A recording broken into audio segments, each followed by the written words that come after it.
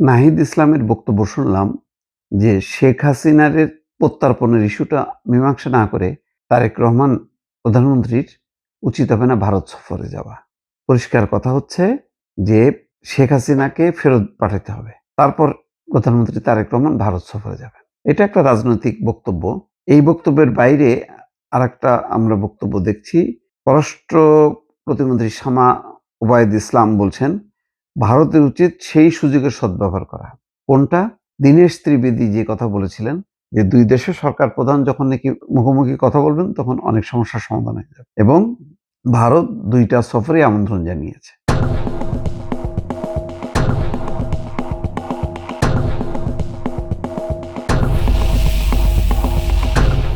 এদিকের খবর হচ্ছে সরকার সম্ভবত বিমস্টেক সম্মেলনে যাবেন না এবং বিমস্টেকের আগেই দ্বিপক্ষীয় সফর হয়ে যেতে পারে। এই খবরও এসছে। দ্বিপক্ষীয় সফরটা খুব জরুরি। আর বাংলাদেশের প্রধানমন্ত্রীর বিমস্টেক সম্মেলনে এটা আনুষ্ঠানিকতা, পরিচয় পর্ব। তো ওইটার চেয়ে ভারতের সাথে কিছু মুখোমুখি বসে ফয়সালা করা দরকার।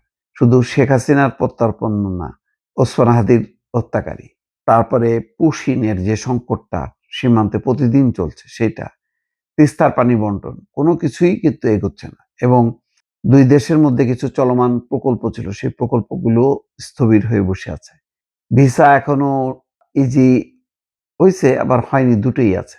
এমন না যে খুব সহজে ভিসা পাচ্ছে।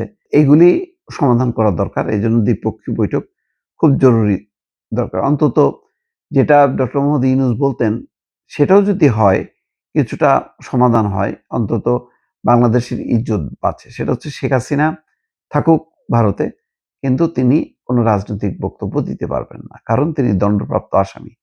প্রত্যর্পণ চুক্তি অনুযায়ী তার দেশে ফিরে কোর্ট ফেস করার কথা। সেখানে তিনি রাজনৈতিক বক্তব্য রাখছেন, যেটা বাংলাদেশে প্রতিক্রিয়া তৈরি হচ্ছে। যদিও এখানে পাবলিক রেসপন্স যে খুব বেশি হচ্ছে তাও না। কিন্তু তারপরেও এটা একটা হেডেক যে এটা নিয়ে কোন দিকে টার্ন করে এবং ভারত এটা নিয়ে আসলে খেলছে কিনা। যাই হোক, এখন প্রতিমন্ত্রী শামা ওবায়দ বলছেন, ভারতের উচিত হবে সেই সুযোগ সদ্ব্যবহার করা।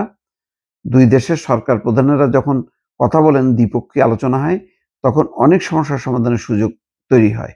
এ কথাটা কিন্তু দীনেশ ত্রিবেদীও বলেছিলেন এবং ভারতের পক্ষ থেকে ব্যাপক চেষ্টা আছে দ্বিপক্ষীয় সফরটা করা এবং তার হিসেবে দেখলাম যে দীনেশ ত্রিবেদী প্রধানমন্ত্রী তারেক রহমানের সঙ্গে কথা বলে পরদিন তিনি নরেন্দ্র মোদীর সঙ্গে কথা বলেছেন।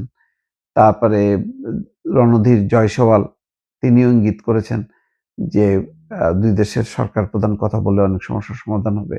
এছাড়া ভারতের রয়ের প্রধানও বাংলাদেশে বোঝা যাচ্ছে ভারতের দিক থেকে ব্যাপক চেষ্টা আছে যাতে যতটুক একটা তিক্ততা তৈরি হয়েছিল সেটা নিরসন করে সম্পর্কটা যাতে স্বাভাবিকভাবে এগিয়ে যায়। কিন্তু সবকিছু নির্ভর করছে আসলে ভারতের উপর। ভারত কিভাবে এটা রিঅ্যাক্ট করে তার উপর নির্ভর করছে অনেক কিছু।